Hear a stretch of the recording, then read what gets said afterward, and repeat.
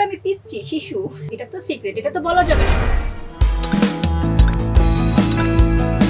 দর্শক আপনাদের সবাইকে ওয়েলকাম করছি 21সংবাদ.com এর সঙ্গে আছে আমি নামির আহমেদ এবং আজকের লাইভ আড্ডায় আমাদের সঙ্গে যুক্ত আছে মডেল অভিনেত্রী শর্মী ইসলাম। তো ওনাকে নতুন করে পরিচয় করিয়ে দেবার কিছু নেই, বিকজ সে যথেষ্ট প্রমিনেন্ট। তবুও যেহেতু প্রোগ্রাম প্যাটার্ন অনুযায়ী তো পরিচয় করিয়ে দিতেই হবে। আমি আজকে আসলে ব্যক্তিগত জীবন বা অন্যান্য বিষয় নিয়ে কথা বলবো না, আজকে আমরা তার ভবিষ্যৎ নিয়ে কথা বলবো। সো আজকের প্রোগ্রামটা আসলে ওভাবেই আমাদের প্যাটার্নটা রেডি করা যে শর্মী ইসলাম আগামীতে আসলে নিজেকে কোথায় দেখতে চায় সে সম্পর্কে জানবো। কেমন আছেন? এই তো ভালো, আপনি ভালো আছেন? হ্যাঁ, আমি বেশ ভালো আছি এবং আমার সুন্দর মেয়ে এবং সুদর্শন পুরুষদের আশেপাশে বসতে ভালোই লাগে। কথাটা ভালো লাগলো। সরি, সুন্দরী মেয়ে। ওকে ওকে। এই তো আমার আগামীর প্ল্যানিং, আমার অভিনয়, মডেলিং, এটাই।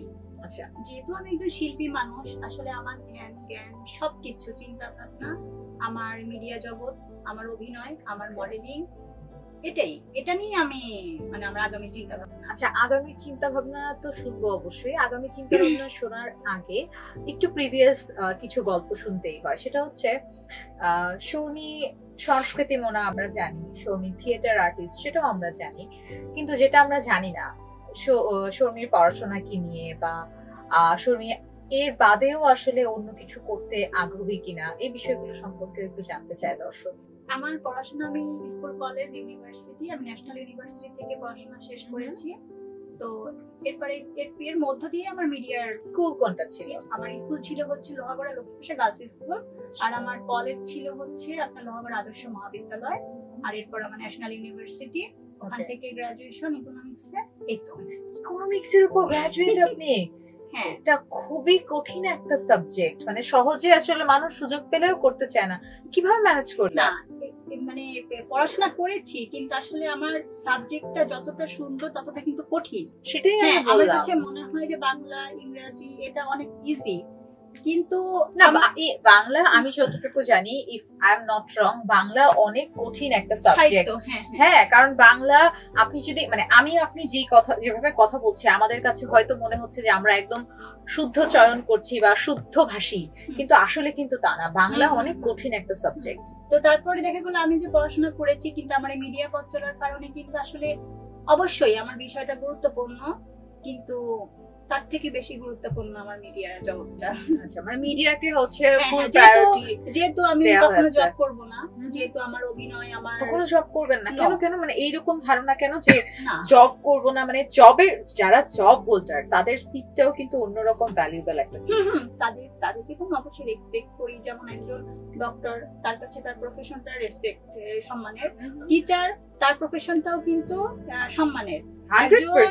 ইঞ্জিনিয়ার, সেটাও একই, এবং একজন শিল্পী যে অভিনয়, তো আমি সবার প্রফেশনটাকে আমি রেসপেক্ট করি, কিন্তু আমি ব্যক্তিগতভাবে জবটা পছন্দ করি না এই কারণে যে আমি হচ্ছে খুব স্বাধীন প্রিয় একটা মানুষ, স্বাধীন চেতা। আমি স্বাধীনভাবে চলবো। আমার যদি কখনো কিছু করতে হয় বিজনেস করবো, হ্যাঁ, সেটা আমার মিডিয়ার পাশাপাশি। তাহলে বিজনেস কি করা হচ্ছে? এখনো করা হচ্ছে না, সেটা আমার ফিউচার প্ল্যানিং, সেটা সুদূর ভবিষ্যতে, এখন না, আরো বড় হই তারপর। আরো বড় এখন হবে? তো আমি পিচ্ছি শিশু। আচ্ছা, এই যে পিচ্ছি শিশু, তাহলে যদি আমি জানতে চাই যে শর্মীর বয়স কত? আমার না, এটা তো সিক্রেট, এটা তো বলা যাবে না, কারণ যেমন হচ্ছে ছেলেদের স্যালারি, এটা কিন্তু জানতে নেই, মেয়েদের প্রচলিত কথা। হ্যাঁ, এটা মানে দর্শকও জানে, ছেলেদের কখনো স্যালারি জানতে হয় না, মেয়েদের বয়স জানতে হয় না। তো এটা আমার কোনো বিষয় না, কারণ বয়স একটা সংখ্যা মাত্র, মনের বয়সটা হচ্ছে আসল প্রতিটা মানুষের। আর আমি এই জন্য শিশু বলেছি যে এখনো আমি মানে আমার জ্ঞান বুদ্ধি বলেন, আমার সব দিকের জন্য আম্মু আমাকে বলে, তুই এখনো বড় হোস নাই, তোর এখনো বুদ্ধি জ্ঞান হয় নাই, তুই এখনো খামখেয়ালি, এখনো তুই মানে আহ্লাদ করিস, এখনো তুই মানে খামখেয়ালি পানা করিস। তো সেই দিক থেকে আমি ভাবি যে আসলে আমার বুদ্ধি জ্ঞান হয় না, যেটা মা বলছে। আমিও কিন্তু ভাবি সেদিক থেকে। তো এই জন্য আমরা যার যার জায়গা থেকে না, যে প্রফেশনে থাকি না কেন, আমাদের আরো অনেক বড় হতে হবে, কারণ ব্যবসা কিন্তু অনেক কঠিন একটা জিনিস, সেনসিটিভ একটা বিষয়। তো বিজনেস করতে গেলে অবশ্যই সেটা মানে চিন্তা মেন্টালি অনেক কি বলবো বড় হতে হবে, এরকম কিছু না? ব্রড মাইন্ডেড হতে হবে না অনেক জানতে হবে? আপনার কাছে বিজনেসের ডেফিনিশনটা কি? জানতে হবে, শিখতে হবে। একটা বিজনেস একটা সাবজেক্ট, কিসের উপরে বিজনেসটা করবো সেটা সম্পর্কে অবগত হতে হবে, জানতে হবে, শিখতে হবে। হ্যাঁ, তারপর হচ্ছে রেডি Business. হয়ে তারপর হচ্ছে মাঠে নামতে হবে। আচ্ছা, তো শর্মির আগামীর প্ল্যান হচ্ছে বিজনেস করা। বিজনেসটা কখনো কি প্রযোজনায় আসার ইচ্ছা আছে কিনা? না, ওরকম আমার কোনো ইচ্ছা নেই, প্রযোজনা হওয়ার ইচ্ছা নাই। তবে আমার প্রযোজনা হওয়ার ইচ্ছা নেই না প্রযোজক হওয়ার ইচ্ছা নেই? প্রযোজক হওয়ার ইচ্ছা নেই, প্রডিউসার হওয়ার ইচ্ছা নেই আমার। আমার হচ্ছে যে আপনি নারী উদ্যোক্তা বলতে পারেন, বা নিজস্ব যে বিজনেস। হ্যাঁ, মেয়েদের তো বিজনেসের শেষ নেই। হ্যাঁ, তারপরে হচ্ছে আমার প্রোডাকশন হাউস দেওয়ারও ইচ্ছা আছে, সেটা আমার third choice. But first choice হচ্ছে যে মেয়েদের যত লেডিস টাইপের যত আইটেমের বিজনেস, কত ধরনের বিজনেস করা যায়, ব্লগ, কন্টেন্ট, মানে আমার অ্যাকচুয়ালি আমার অনেক চিন্তা ভাবনা। আচ্ছা, শর্মি তো নাটক করছে, তাই না?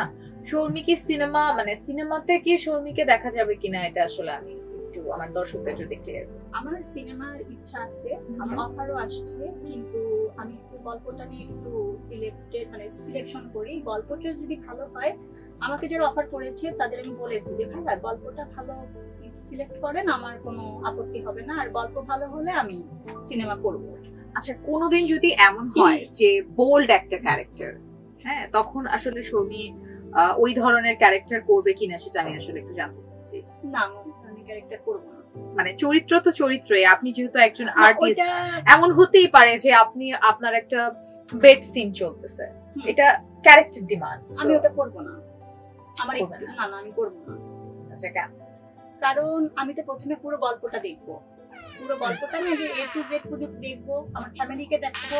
মানে ফ্যামিলিকে কেন দেখ, মানে ফ্যামিলিকে পেশা তো আপনার। না, ফ্যামিলিকে এই কারণে দেখাবো যে একটা জিনিস, একটা ভালো কাজ করতে গেলে, যেহেতু সিনেমা একটা বড় বিষয়, হ্যাঁ, ছোট পর্দা বড় পর্দা যেমন আমরা একটা ব্যবধান দেখি, তো আমি চাই যে আমি প্রথমে যে সিনেমাটাই করব ওই সিনেমাটার জন্য হিট হয় এবং ব্যবসা সফল হয়, আমার জন্য পিছনে ফিরতে না হয়। যখন আমাকে জন্য কেউ বলে না যে শর্মি তুমি সিনেমায় কাজ করেছো কিন্তু তুমি হিট করতে পারো নাই, তুমি ফেল্ড, আমি এটা শুনতে চাই না। আমি যখনই সিনেমা করি না কেন আমি খুব চিন্তা ভাবনা করে করব, গল্প, ক্যারেক্টার, তারপরে চরিত্র, কোয়ার্টিস্ট, ডিরেক্টর সবকিছু মিলিয়ে আমি যাচাই বাছাই করে আমি মাঠে নামবো, যাতে আমার পিছনে ফিরতে না হয়। কারণ আমি যদি সিনেমায় ফেল করি, মানে তখন আসলে আমার কষ্টের শেষ থাকবে না, এটা যে কোনো মানুষের ক্ষেত্রেই। তো এই জন্য আসলে অনেক চিন্তা ভাবনার একটা বিষয়। আমার প্রশ্নটা কিন্তু এটা ছিল না, আমার প্রশ্ন হচ্ছে আপনার ক্যারেক্টার ডিমান্ড, তাই না? যে আপনার একটা মানে বেড সিন দিতে হচ্ছে বা কিসিং সিন দিতে হচ্ছে, তো তখন আপনি কি করবেন? ধরেন গল্পটা দুর্দান্ত, গল্পটা আমি পুরো গল্পটা দেখবো, যদি দেখি যেরকম বেড সিন আছে, এরকম টাইপের সিন আছে, তো আমি সেখানে আমি ডিরেক্টরের সাথে এটা আলোচনা করব যে এটাকে কাটছাট করা যায় কিনা ভাইয়া। কারণ আমি বলবো যে আমার গল্পটা আমার ভীষণ পছন্দ হয়েছে, দুর্দান্ত একটা গল্প, কিন্তু আমার এই 2-3টা শটে আমার একটু প্রবলেম। যদি ওনাদের যদি কোনো প্রবলেম হয় রিজেক্ট করতে ওই সিনগুলা, তখন আমি। ঠিক আছে। আর এছাড়া শর্মির ফিউচার প্ল্যান কি আমাদেরকে একটু সংক্ষেপে বলে যদি শেষ করতেন, বিকজ আমরা আমাদের প্রোগ্রামটা আজকে খুবই শর্ট টাইমের জন্য আপনার সাথে লাইভে যুক্ত হয়েছি।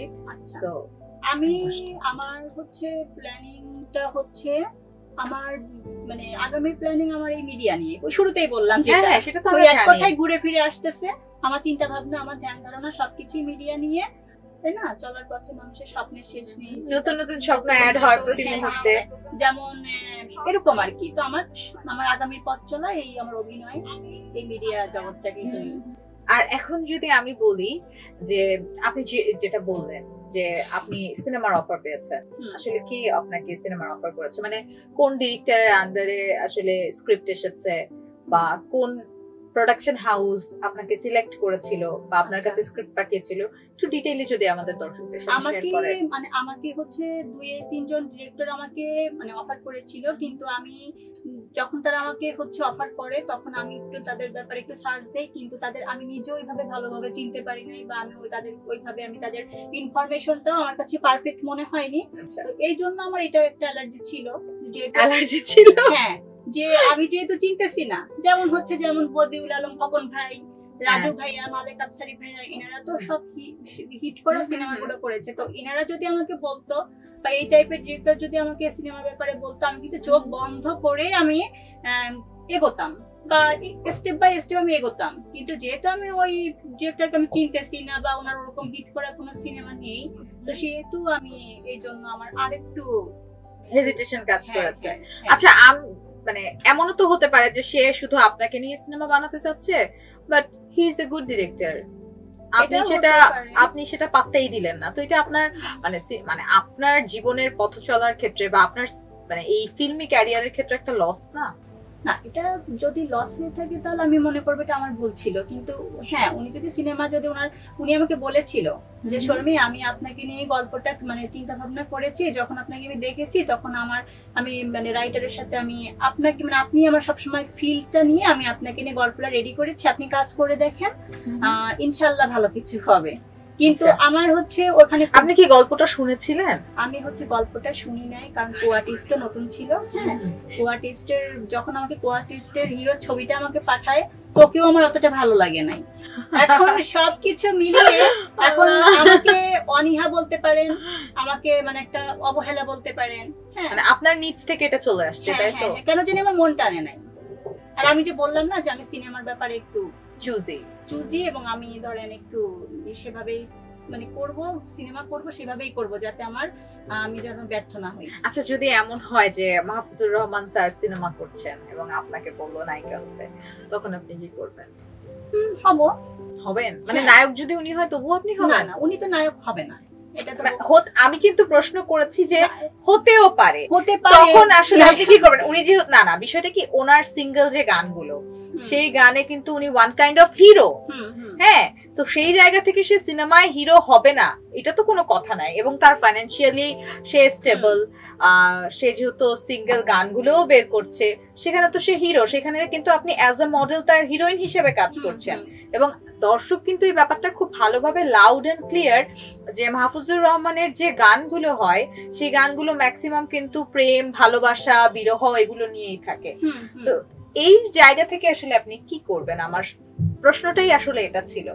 হয়তো এখন আমি আপনাকে বুঝিয়ে বলতে পেরেছি। ওকে, আমি যতটুকু তার চিন্তা ভাবনা আমি জানি যে হ্যাঁ, সে তার গানের মডেলে সে হিরো, কিন্তু সে সিনেমার ব্যাপারে সে আবার একটু অন্য চিন্তা ভাবনা তার। আমি তার চিন্তা ভাবনা নিয়ে কথা বলছি না, আমি আপনার চিন্তা ভাবনা নিয়ে কথা বলছি। না, উনি হিরো হলে আমি করব না কাজ। ওকে, উনি হিরো হলে আমি কাজ করব না, এবং আমি ড্যাম শিওর উনি হিরো হবেও না। না, ডিপ্লোম্যাটিক বিষয়টা কি, আপনি ডিপ্লোম্যাটিক হয়ে যাচ্ছেন। আমি তো তার চিন্তা ভাবনা সম্পর্কে জানি না, প্রথমত বিষয়। সেকেন্ড ব্যাপার হচ্ছে না, আমার গেস্ট এখন উনি, হ্যাঁ, যে আমি ওনাকে বলবো। এখন আমি ধরেন ওনাকে বললাম যে স্যার আপনি শর্মিকে নিয়ে কাজ করবেন বা এমন কোন চিন্তা আপনার আছে কিনা। উনি যদি বলে হ্যাঁ আমি তো হিরো হব, ও হিরোইন হবে, সমস্যা কি? তখন তো ব্যাপারটা জমলো না, তাই না? আচ্ছা, তো না, উনি হিরো হলে আমি হিরো মানে আমি কাজ করব না। আমি স্যারকে বলবো যে স্যার আপনি হিরো নেন, একটু পরামর্শ করবো। আমার তো কাজ করতে ইচ্ছা করতেছে, আপনার সিনেমায় কাজ করতে ইচ্ছা করতেছে, এটা তো আসলে আমার জন্য একটা গুড লাক। কিন্তু হিরো মানে আপনি যদি কোনো হিরোকে নিয়ে কাজ করেন, সিনেমাটা মনে হয় পরবর্তীতে যদি এমন হয় যে মাহফুজুর রহমান নেক্সট ঈদে হয়তো আপনাকে নিয়ে আরো 2-3টা গান রিলিজ দিল বা সিঙ্গেল গানে আপনার কাজ করার সুযোগ হলো, তখন আপনি কি করবেন? হ্যাঁ, গানে কাজ করব, যদি হয় আমি কাজ করব। আচ্ছা, ওনার যে গানে আপনি মডেল হয়েছিলেন, গানের শিরোনামটা কি ছিল? তুমি যে শুধু আমার। এটা কি ওনার মানে ওনারই সুর করা? হ্যাঁ, ওনার সুর। না, ওনার সুর না, ওটা অন্যান্য, শুধু উনি গেয়েছেন আর কি, কথা ও সুর আলাদা। তো দর্শক, গল্পে আড্ডায় কিন্তু আমরা শর্মি আসলে মানে শর্মির যে ভবিষ্যৎ পরিকল্পনা সেই সম্পর্কে আমরা জেনেছি। আমাদের ছোট্ট একটা টি আড্ডা ছিল, আমরা গল্প করছিলাম, বাট যেটা হয়েছে যে চাটা আমরা হচ্ছে হাতে পেয়ে খেয়ে ফেলেছি। কিছু করার নেই, আমি তাহলে একটু খাই। এটা জাস্ট দেখানোর জন্য হচ্ছে, বিকজ চা আমাদের শেষ, তো গল্প শেষ। তার সাথে সাথে সবাই ভালো থাকবেন, সুস্থ থাকবেন এবং চোখ রাখবেন 21সংবাদ.com-এ।